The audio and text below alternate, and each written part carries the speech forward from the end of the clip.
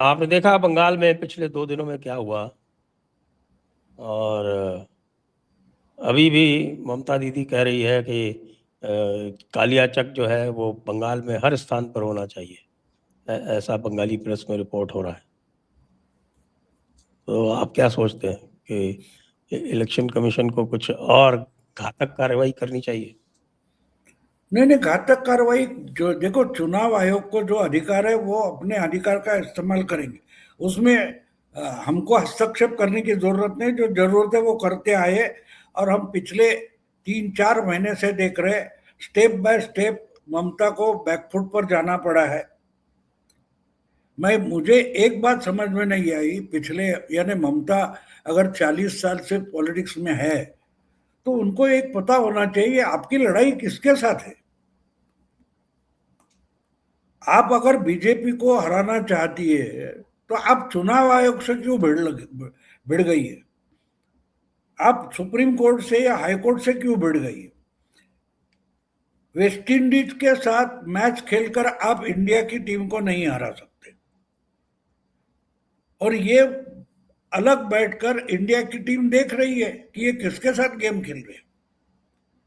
आपको वोटर के पास जाना है, वोटर को कन्विंस करना है। वोटर लिस्ट के बारे में जो कुछ बचेगा, मैं हमेशा एक बात बोलता हूं कि अमित शाह का बेटा Jay Shah international cricket council का अध्यक्ष है, और वही आईसीसी जो है वो जो टूर्नामेंट करती है उसमें डकवर्थ लुइस नाम का एक रूल है। हम्म। वो रूल बताता है कि जितने ओवर्स हो गए और उसमें जो तय किया जाएगा रन रेट, वो आपको लाना है, वरना आप हार जाओगे। तो वही बात यहां भी है ना। कौन सा अलग है? जो वोटर लिस्ट होगी, उस वोटर लिस्ट के तहत जो वोटिंग को आएंगे उसमें आधे से ज्यादा या मैक्सिमम आपके खाते में आ जाए, ताकि आपको एमएलए की मेजोरिटी मिल जाए। ये रूल है। ये रूल छोड़कर आप कौन सा गेम खेल रहे हो, मेरी समझ में नहीं आया। आप भीड़ पड़े हो चुनाव आयोग से। चुनाव आयोग, फिर सुप्रीम कोर्ट ने जो न्यायिक अधिकारी अपॉइंट किए हैं वेरिफिकेशन के लिए, उस पर गुंडे भेज रहे हो। उससे क्या होने वाला है? उससे क्या होने वाला? कुछ नहीं होने वाला।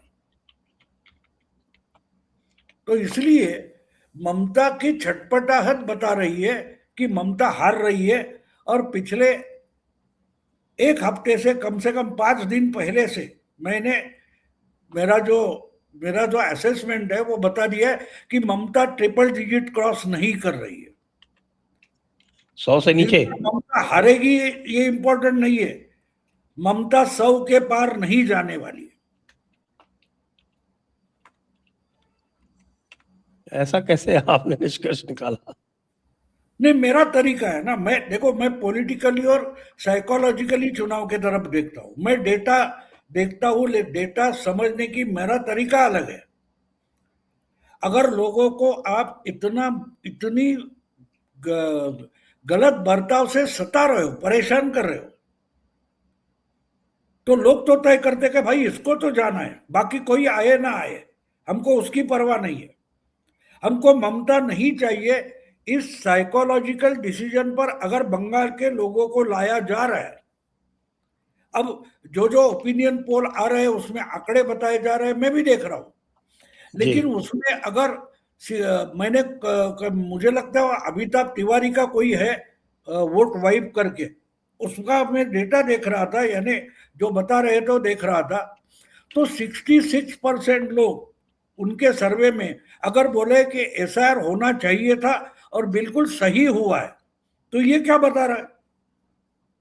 ये ममता को बता रहा है कि तुम गलत रास्ते पर निकल गई हो। एसआईआर गलत नहीं है। ये अगर ओपिनियन पोल में सर्वे बता रहा है तो उसका मतलब वो है कि ममता को भी पता चल गया कि एसआईआर से अपनी खटिया खड़ी हो गई है। अब ये अमिताभ तिवारी या उसका सर्वे जो है, उनका जो तरीका है, वो नहीं बताएगा। लेकिन उस डेटा में क्या देखना है? अगर 66% लोग बोलते हैं कि भाई एसआईआर सही है, तो ममता किस बारे में चिल्ला रही है? अगर आपके वोटर को लग रहा है कि एसआर सही है, तो वो एसआर करने वाले की तरफ मुड़ जाएगा वोटर। ये इसका सबसे बड़ा सबूत है। बाकी आप कितना परसेंट इसको, कितना परसेंट उसको बोलोगे, उससे मुझे कोई मतलब नहीं, क्योंकि मैं रॉ मटेरियल, देखो आप गेहूं जहां से खरीदोगे वहां से मैं भी खरीदूंगा, लेकिन पूरी बनानी है, रोटी बनानी है, या और कोई बनाना है, या आप और मैं तय करेंगे ना। तो डेटा में जो कुछ आया है, वो डेटा देखकर मैं बोल सकता हूं कि ममता ट्रिपल डिजिट क्रॉस नहीं कर रही।